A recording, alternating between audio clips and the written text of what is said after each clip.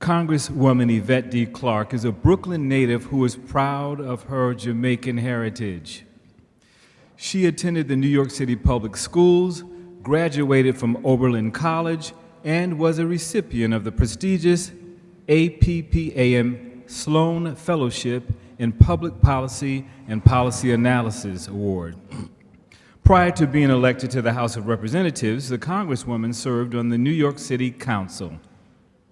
She succeeded her pioneering mother, City Council member Dr. Una S.T. Clarke, making them the first mother-daughter successors in the history of the City Council. So we've got a lot of firsts here today.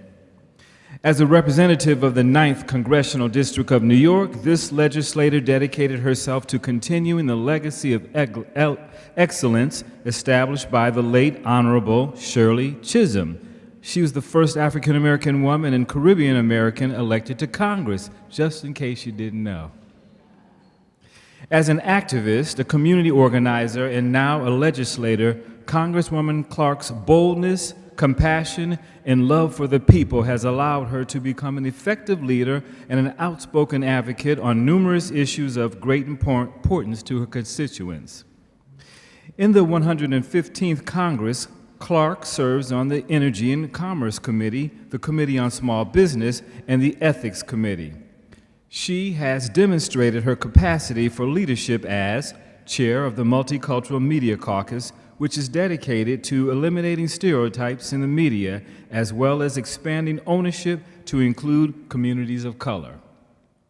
She is co-chair of the Black Women and Girls Caucus, which develops programs to support the aspirations of African American women of all ages.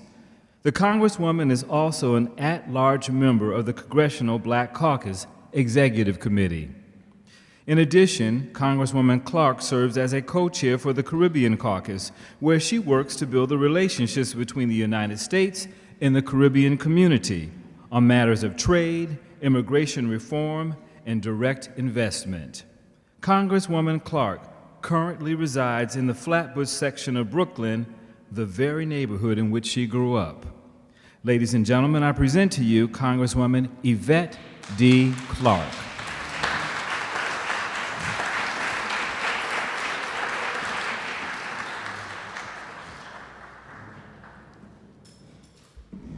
Thank you very much for that introduction, Mr. Master of Ceremonies, to Assemblywoman Tremaine Wright, to Ms. Valerie Watts and her team, to everyone here in attendance, a pleasant good afternoon to each and every one. It's certainly my honor and my privilege to come and address you at today's Dream Big.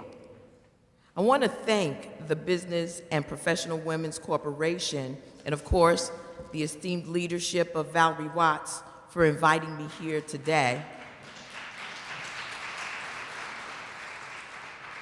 Your effort to support the professional development of women in business has been an invaluable, particularly here in the community that has always relied on the entrepreneurial and charitable contributions of small business owners. I've also been aligned and engaged, as well as involved in very similar efforts throughout my career as well. I believe that a more robust economic infrastructure is key to the well-being of our community, as well as the future for our families. Are you conscious of the fact that nearly half of Black-owned businesses are owned by women? And 14% of women-owned companies are, and 14% of women-owned companies are owned by Black women. In 2015, these 1.3 million firms generated an estimated $52.6 billion in revenue.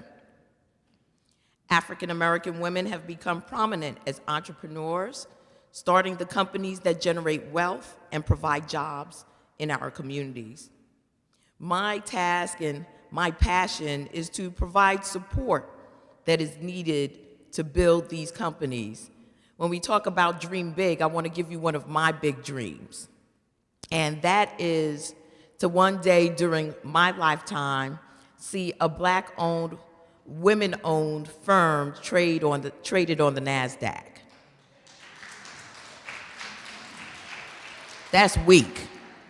If you know what the power of being traded on the NASDAQ means, then I'd be getting a bigger clap than that.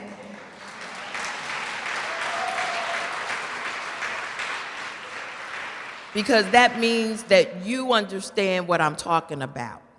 You understand the economic dynamics that are a driving force to the development of our nation, but in addition to that, to unleashing untold potential for people of our communities who have been fighting obstruction after obstruction of being engaged in an employment market that values their talent, skills, and ability, that will offer them opportunities that generations before them could only dream of. And so when I say being traded on the NASDAQ, that indicates to me that we have reached a level of multinational prominence, which is not out of our reach, but we have to be convinced, we have to be self-assured in knowing that we have what it takes to build such corporations. So I have sponsored legislation to increase the availability of low-interest loans for the owners of small businesses, particularly companies owned by women and people of color, and to improve, thank you, and to improve the process by which the Small Business Administration provides assistance to small business owners. And we must continue our effort to expand access to capital, which has historically been denied our community. Last Monday, across the street at St. Francis College, I hosted a She's the Boss, hashtag Black Woman at Work, Brooklyn, community forum with my colleague, Congresswoman Robin Kelly of Illinois, media mogul and TV personality, entrepreneur Yandy Smith-Harris, and a panel of African-American women entrepreneurs. For dozens of aspiring entrepreneurs in the audience, we provided useful information about the possibilities and the potential difficulties of starting and growing a company. I'm on a mission, and that mission is to connect the dots to economic prosperity within the Black community. This event was part of a series of convenings of the Congressional Caucus on Black Women and Girls, the first caucus in the history of Congress devoted specifically to the concerns of Black women and girls, which, as the sole Black woman in the New York congressional delegation, I feel compelled to raise this as an issue and give it national prominence. I founded with Congresswoman Kelly and Congresswoman Bonnie Watson-Coleman of New Jersey, they too being the only Black women in their congressional delegations, because we know what it is to be in non-traditional occupations, if you will. And as I look at the sister from the NYPD seated before me, I'm sure she can relate. Even as the number of women and of African Americans in Congress has reached its highest level in history, we are still dramatically underrepresented.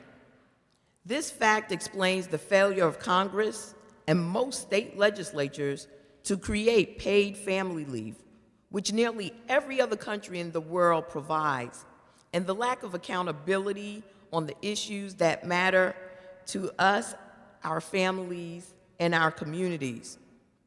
To offer an example, African American women today earn about 65 cents on the dollar earned by a white man, 65 cents compared to a full dollar. That difference costs us billions of dollars in wealth creation and retention every year. Just think about that. Oftentimes we overlook it because we are engaged in the economy, but if we were truly paid our worth, our equity, as compared to our white counterparts, in our retirement, we would not be struggling to make sure that we can live a life of wholesome living as a result of the labor that we put into this economy. Sadly, many of our women who have built our communities continue to struggle to this day. Sometimes it's just to keep a roof over their heads. Yet Congress, in which a majority of members have never experienced this disparity personally, still refuses to pass the Equal Pay Act. Our choices on election day and in the weeks and months beforehand have real consequences. Our engagement or lack thereof in the pursuit of economic justice, fairness, and equity remains totally inadequate. We need to support elected leaders from our community who understand our concerns and share our values. This calls for a level of unity and enduring focus and determination to exert our collective power and franchise in bringing about the changes that we seek. In these challenging times, I'm reminded of the year when our nation passed the Voting Rights Act, just 1 year after I was born. So that gives you a sense. At the time, Black women and people of color were practically excluded from the halls of Congress. No seat in the Congress had ever been held by an African American woman, and to many, it seemed an impossible achievement. However, if history has taught us any lesson, it's not to underestimate or get in the way of a woman whose mind is made up. In 1968, the Honorable Shirley Chisholm was elected to the United States House of Representatives.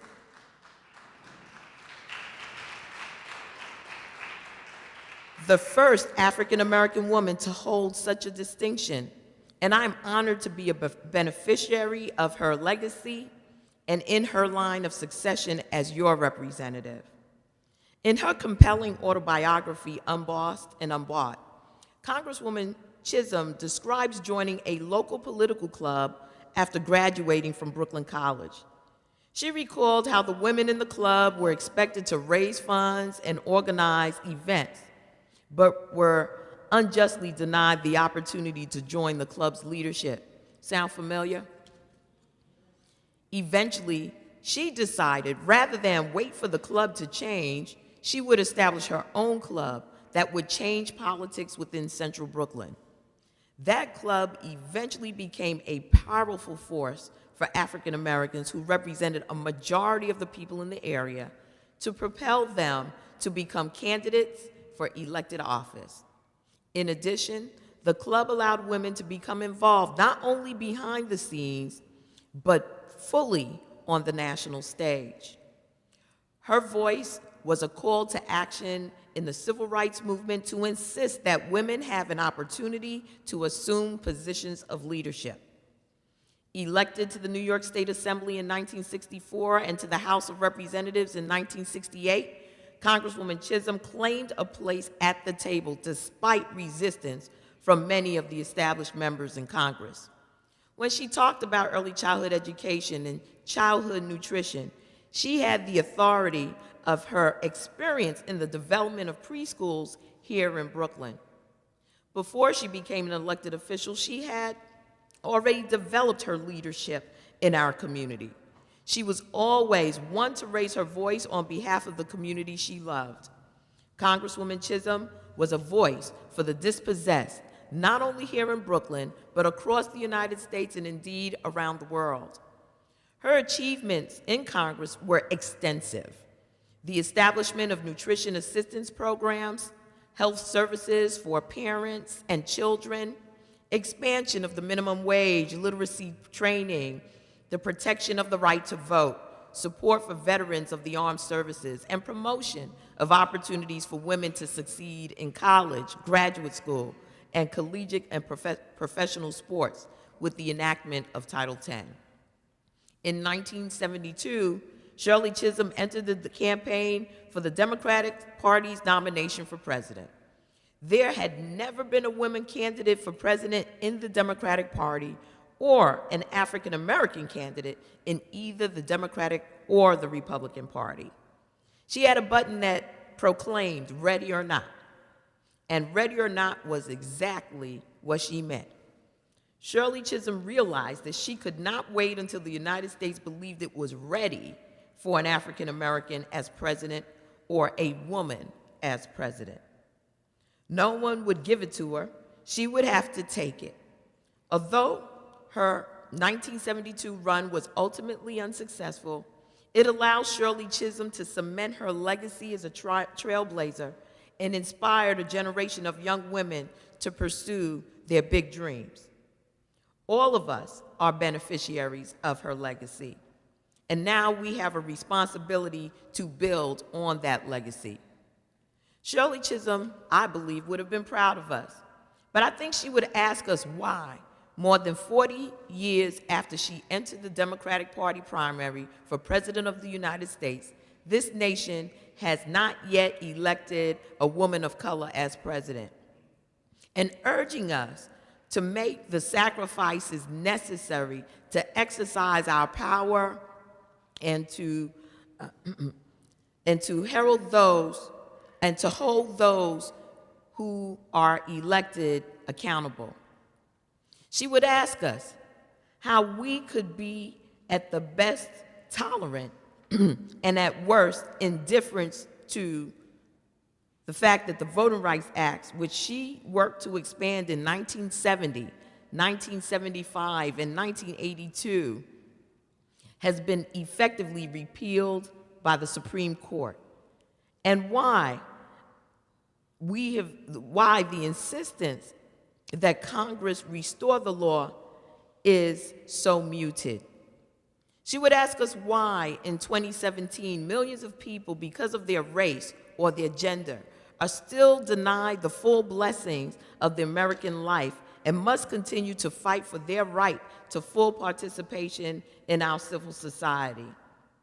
Her legacy dictates that we rise to the occasion. She would charge us with the obligation to stand against 45.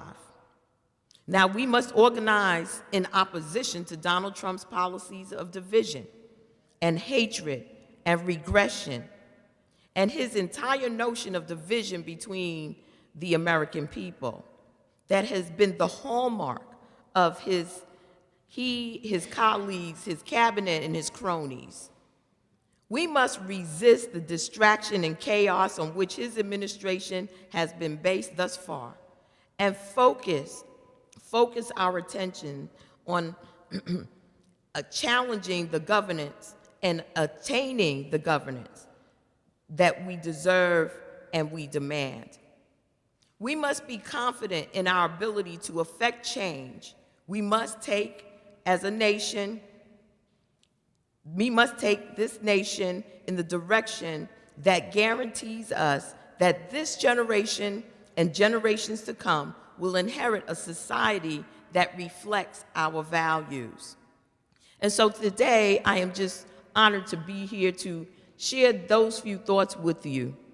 I want you to know that being in New York is, for me, a cleansing process, because Washington, D.C. is a very toxic place at this time, and it's nothing like being home to detox.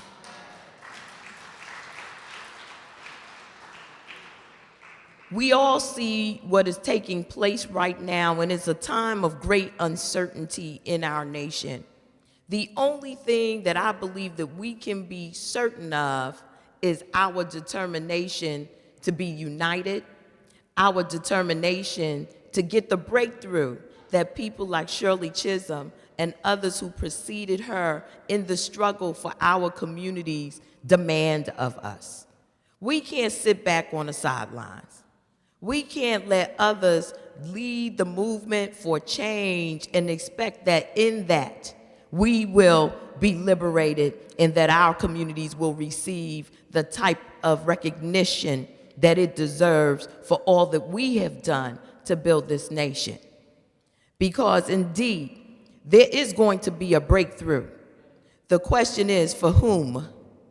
And what I say everywhere I go, because I have to tell you, I'm putting out a clarion call. What I say is, what do we say to our children when we look them in the eyes, and our grandchildren when we look them in the eyes, because they've asked us the question, what did we do when they elected 45? What did we do? And that's a question we all have to ask ourselves. These are indeed serious times. These are not normal times. And I don't want us sitting down, sipping tea, acting like it's normal. Because it's not. And out of that abnormality can come great peril.